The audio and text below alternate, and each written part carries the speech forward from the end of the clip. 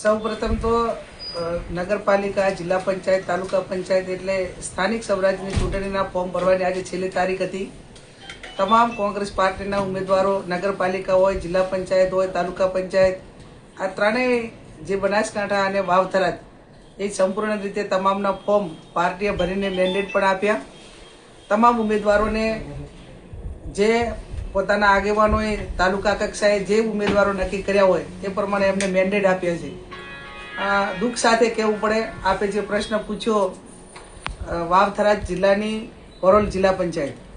તો ત્યાં કોંગ્રેસના એક મજબૂત આગેવાન કે જે વર્ષોથી પરંપરાગત રીતે એ કોંગ્રેસ પાર્ટી સાથે જોડાયેલા હતા અને છેલ્લી ઘડીએ કોઈ કયા કારણોસર શું છે તો કંઈ નહીં,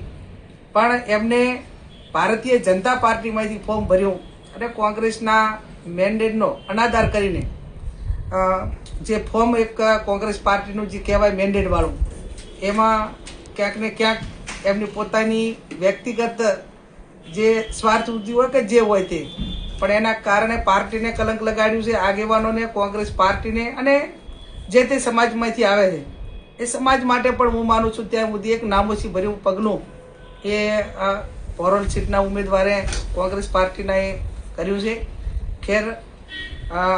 બીજા ઉમેદવારો હજી આમ આદમી પાર્ટીનો ઉમેદવાર પણ એ સીટ ઉપર છે, અપક્ષ છે, એટલે એ બિનહરીફની વાત થતી હોય તો એ તદ્દન ખોટી છે. પણ પાર્ટી સાથે એક વફાદારી ભર્યો સૈનિક જ્યારે એક આવું કામ કરે ત્યારે સ્વાભાવિક છે કે ક્યાંક ને ક્યાંક કોંગ્રેસના જે આગેવાનો હોય, ધારાસભ્યો હોય, જવાબદારો હોય, એને ઠેસ પહોંચતી હોય છે. હું આપના માધ્યમથી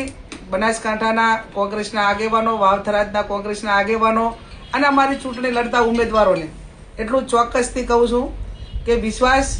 ખાનદાની આના કોઈ દસ્તાવેજ નથી હોતા અને એના દસ્તાવેજ નથી હોતા ત્યારે જે ઉમેદવારો ચૂંટણી લડો છો એ તાકાતથી ચૂંટણી બધા લડશે, લડી રહ્યા છે. અમે બધા એમની સાથે છીએ. આવીને હું જે કાંકરેજ તાલુકાની અંદર સિહોરીમાં કે જે તાલુકા કોંગ્રેસ સમિતિનો પ્રમુખ એ ખુદે છેલ્લી 2 મિનિટની અંદર ભાજપમાંથી જિલ્લા પંચાયતનું ફોર્મ ભર્યું અને કોંગ્રેસના નીચે તાલુકાના ડેલિગેટોના જે મેન્ડેટ એની પાસે હતા પ્રમુખના નાતે, એટલે 4 કે 5 સીટેના મેન્ડેટ તેણે રજૂ ના કર્યા. આવો એક જવાબદાર હોદ્દેદારો જ્યારે પાર્ટી સાથે અને વિસ્તારના મતદારો સાથે અને એક લોકશાહી સાથે એક ડેમોક્રેસી, એક લોકશાહીને કલંક લગાડે એવું કામ કરતા હોય, એ તંદુરસ્ત લોકશાહીની હરીફાઈ નથી. અને વ્યક્તિગત સ્વાર્થ માટે એમને કદાચ ચૂંટણી ના લડ્યા હોત, બીજાને કીધું હોત તો એ વસ્તુ વ્યાજબી છે કે ભાઈ હું ચૂંટણી કોંગ્રેસમાંથી લડવા માગતો નથી, એ એમનો વ્યક્તિગત સ્વતંત્ર અધિકાર છે. પણ એક પ્રજા સાથેનો વિશ્વાસઘાત કરી અને એક લોકશાહીને આવનાર સમયને કલંક લગાડવા માટેનું આવા લોકો કામ કરતા હોય તો એની સાથે પ્રજા કોઈ એમના ભેગી નથી અને